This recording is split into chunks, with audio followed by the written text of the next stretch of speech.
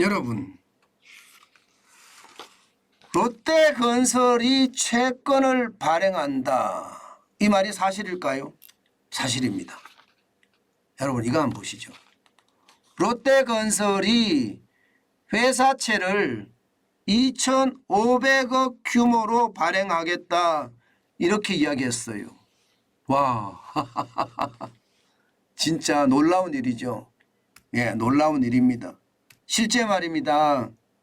이달 26일 날 크리스마스가 끝나고 그 다음 날 기관 투자가들을 상대로 해서 수요 예측을 진행한다고 합니다.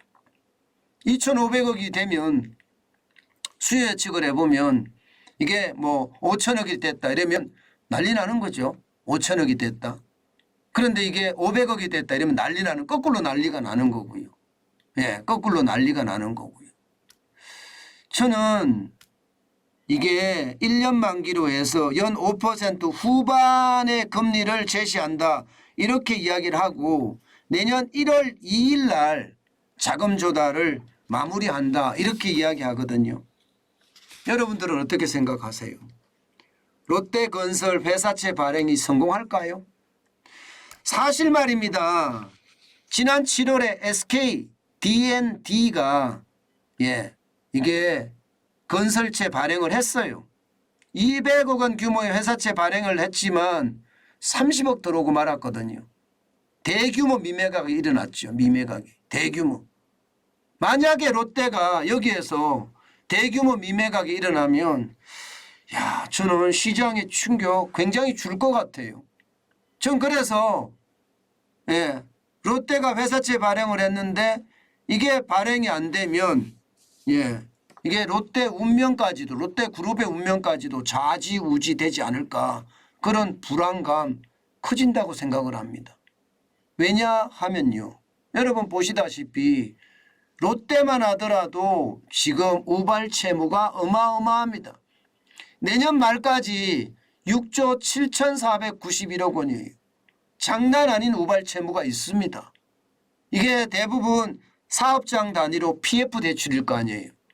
뭐 이 PF 대출이 사업장이 잘 지어져서 분양이 잘 되면 문제가 없어요. 그런데 사업장이 제대로 지금 잘 안 지어지고 분양이 제대로 안 되면 충격이 될 수가 있거든요.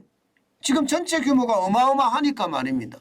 오죽했으면 여러분 롯데건설 계열사들, 롯데그룹의 계열사들이 총동원이 돼서 지금 롯데건설에 자금 지원을 했을까요? 보시다시피 유상증자까지 했습니다. 롯데케미칼도 포함해 함께 들어와서 롯데건설에 875억 8천만 원이 들어왔고요.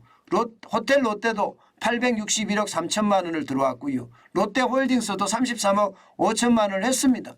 게다가 단기자금 대여해서 롯데케미칼이 5천억 원, 롯데정밀화학이 3천억 원, 롯데홈쇼핑이 1천억 원까지 단기자금 제공을 했고요. 심지어 롯데물산은요, 자금 보충 약정을 통해서 3,500억 원의 지원을 했습니다.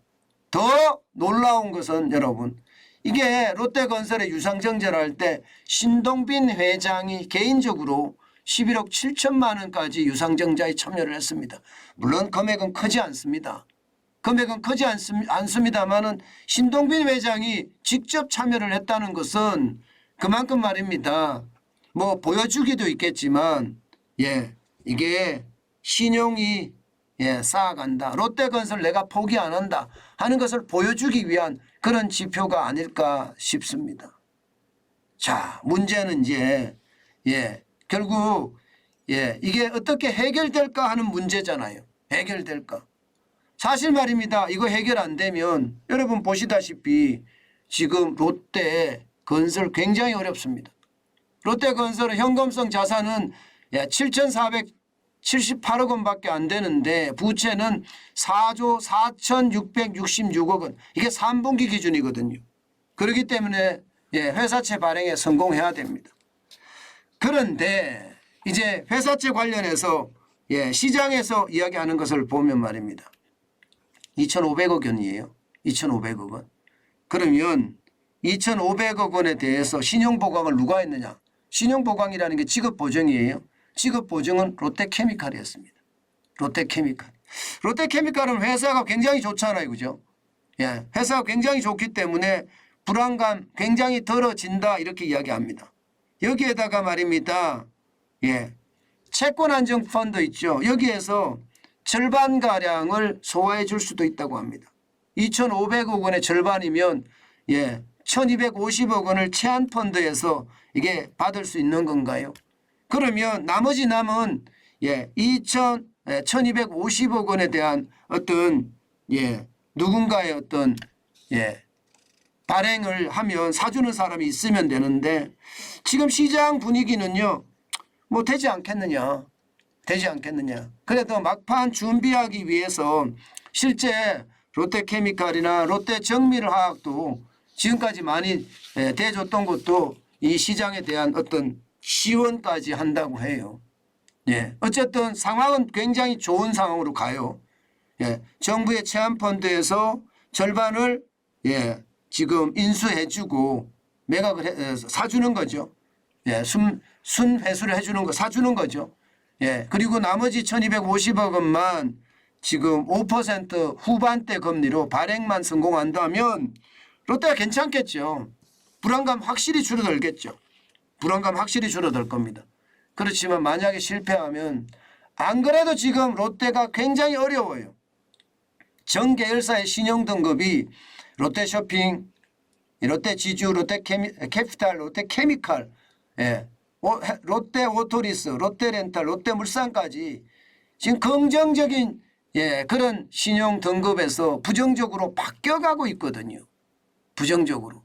그렇기 때문에 이번 롯데건설의 회사채 발행은 어떻게 생각하면 앞으로의 어떤 롯데그룹이 어떻게 이게 뻗어갈 것인가에 대한 또 이 위기를 어떻게 헤쳐갈 것인가에 대한 어떤 신호탄이 되지 않겠느냐. 저는 그렇게 생각합니다. 사실은요.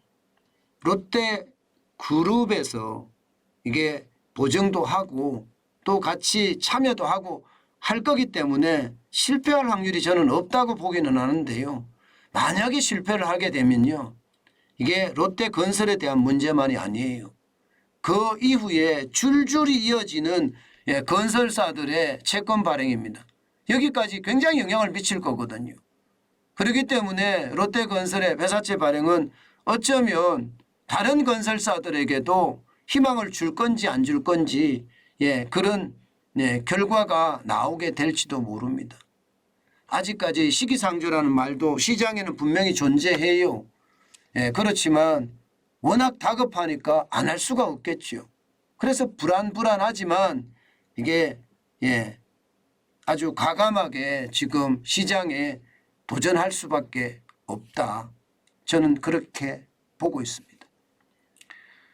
건설사에 대한 어떤 줄도산에 대한 문제 아마 이 부분에서 많은 부분이 결정이 될 거예요.